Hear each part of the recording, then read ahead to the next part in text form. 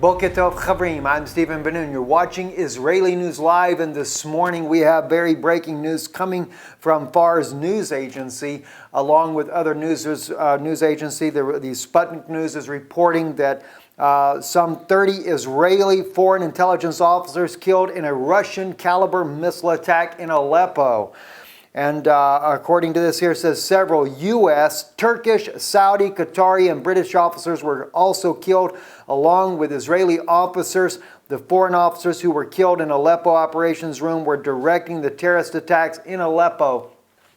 Guys, this is very concerning that we're hearing this type of news coming out of Syria this morning, and it is also being very hush-hush in Western media. And the reason it is being hush-hush in Western media is because the question has to be asked, what are Israeli officers doing there? What are U.S. officers, Turkish, Saudi, Qatari, and British officers doing there? As I have stated all along, it is nothing but a false coup that happened in Turkey under Erdogan. I believe it was orchestrated by the United States along with President Erdogan in order to get Turkish military forces and boots on the ground there. And now we see that the U.S., the Turkish, the Saudis, the Qataris, the British, and the Israeli officers are all inside this secret place here, coordinating terror attacks inside of Syria.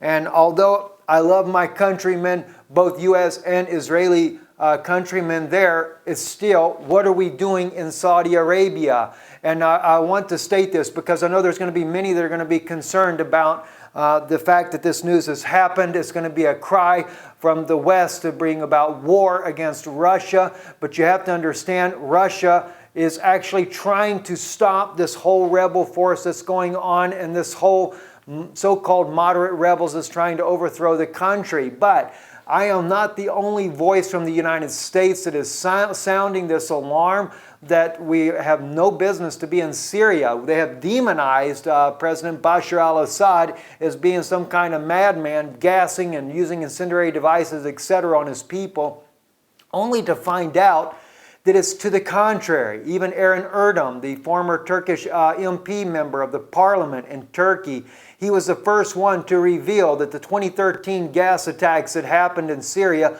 were never conducted by Bashar al-Assad, but it was coordinated with the West, smuggling in chemical weapons from Europe into Turkey, through Turkey, and Turkey's court turned a blind eye. They replaced the judges, everything, slipped in the chemical weapons, did the attack so that they could blame it on Bashar al-Assad.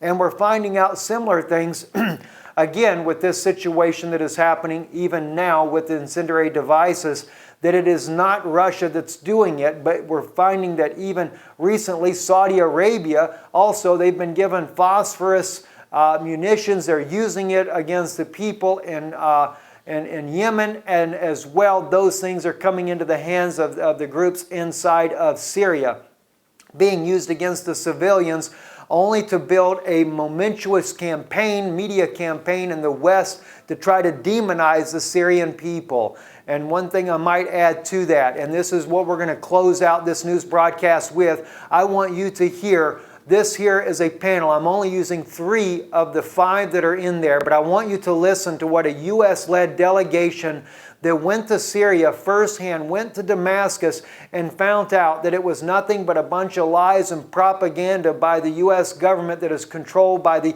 U.S. corporate media to demonize Syria and to make it look like as if Assad was a regime and was trying to just dictate over his people.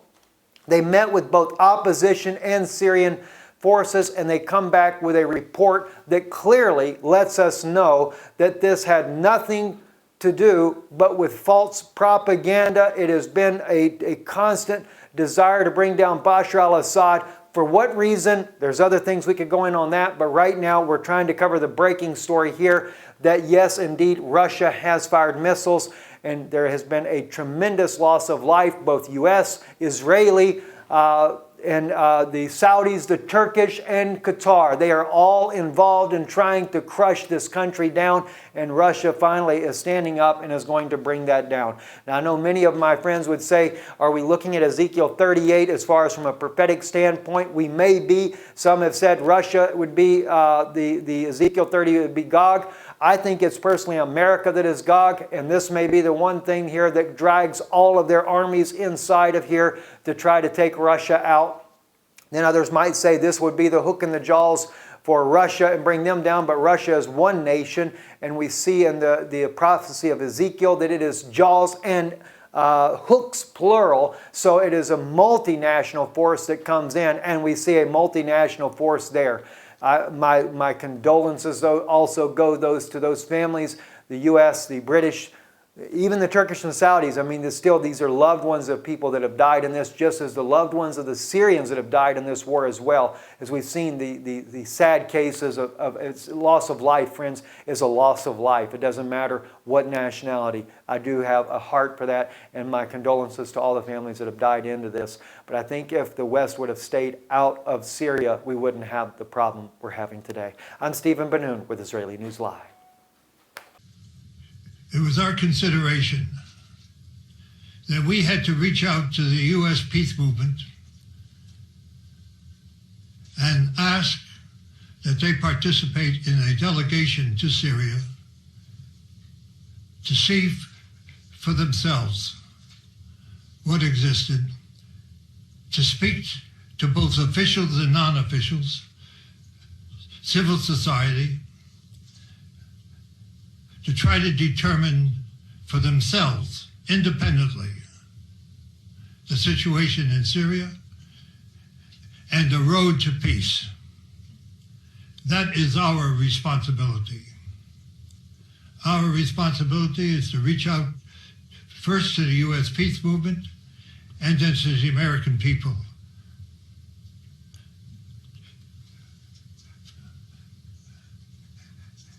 The campaign to confuse the American people has been intense. And it is our purpose to try to bring some light, some understanding, which can perhaps lead to the American people demanding an end to the intervention and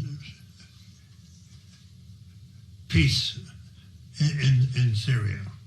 What Alfred said is so true. We are fighting a mass of propaganda that has demonized the Syrian government, demonized its leaders, an effort that precedes every other intervention that the United States has made over the course of many, many decades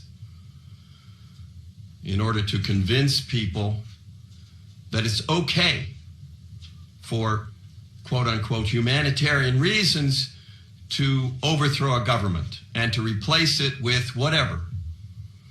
The United States prefers a government that is not independent, that is a willing participant in whatever U.S. policy is. So what we saw in Damascus and what we saw in the two villages we visited outside Damascus belies the propaganda that has overwhelmed us. It's hard. It's hard for even those of us who have been in the peace movement for a long time.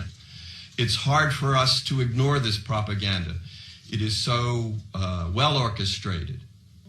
Work together, coming back in cooperation to try to bring the message and the truth back to the United States.